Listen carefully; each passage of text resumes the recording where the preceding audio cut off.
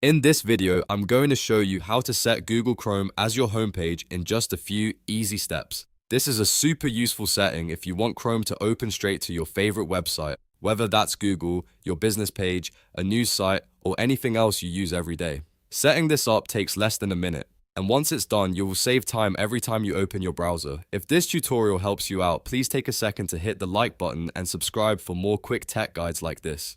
Alright, let's jump right in. First, open Google Chrome on your computer. Once Chrome is open, look to the top right corner of the browser and click the three dots menu. This opens Chrome's main settings menu. From here, click Settings. Now, inside the settings page, look for the Appearance section on the left side or scroll until you see it.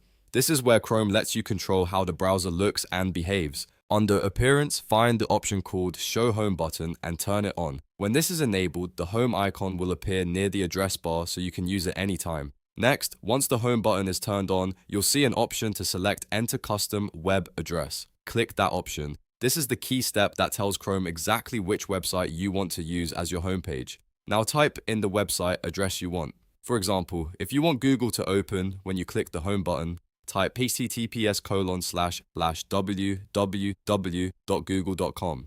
Make sure the address is typed correctly so Chrome sends you to the right page every time. After that, you can simply close the Settings tab. Your home page is now set. To test it, click the home icon near the top of Chrome, and it should take you directly to the custom website you entered. If it does, then everything is working properly. If you ever want to change it later, just go back into Settings, open Appearance again, and update the custom web address. That's all there is to it. You've now learned how to set Google Chrome as your homepage in a few simple steps. If this video helped, don't forget to like, subscribe, and leave a comment if you want more browser tips and computer tutorials. Thanks for watching, and I'll see you in the next one.